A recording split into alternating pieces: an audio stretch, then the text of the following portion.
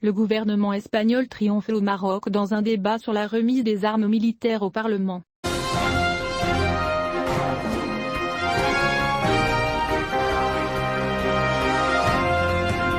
Au cours des dernières années, le Parlement espagnol a renouvelé les relations militaires du pays avec le Maroc, alors que des députés soutenant les propositions du Front Polisario ont été demandés à plusieurs reprises au gouvernement espagnol. Jeudi, le parlementaire Carlo Mulli, un gauchiste de Catalogne, a posé au gouvernement espagnol une série de questions concernant les transactions militaires entre les deux pays au cours de la dernière décennie et la dépendance du Maroc à l'égard des mines dans la région du Sahara, comme il l'a dit. Les réponses du gouvernement se sont heurtées aux propositions du député, après avoir souligné que les données sont disponibles et que les conditions d'utilisation sont remplies, soulignant que le Maroc n'est pas soumis aux sanctions des Nations Unies ou de l'Union européenne concernant les armes militaires et leur utilisation. Le gouvernement espagnol a ajouté que les demandes d'exportation d'armes sont soigneusement démantelées, accompagnées de licences d'utilisation strictes et de la destination bénéficiaire, étant donné que la législation internationale protège également cela. Le Parlement Mulli a proposé de soulever la question de la vente de mines au gouvernement marocain, et de leur utilisation sur le sol du Sahara marocain, mais l'exécutif espagnol a considéré que l'affaire était incorrecte et a cessé depuis 1991,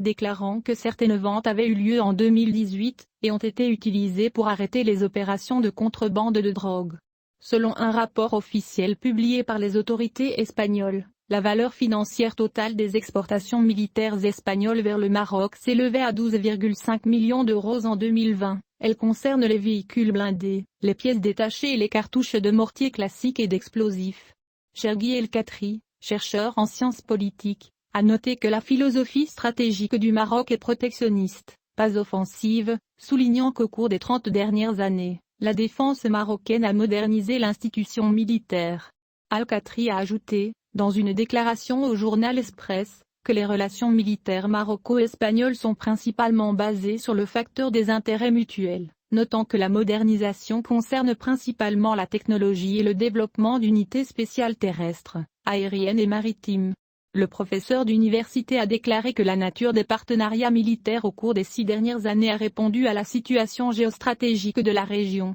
ainsi qu'à la diversification des sources d'importation et à l'élaboration de plans pour les industries militaires, et une tentative a été faite pour entrer les marchés de l'armement.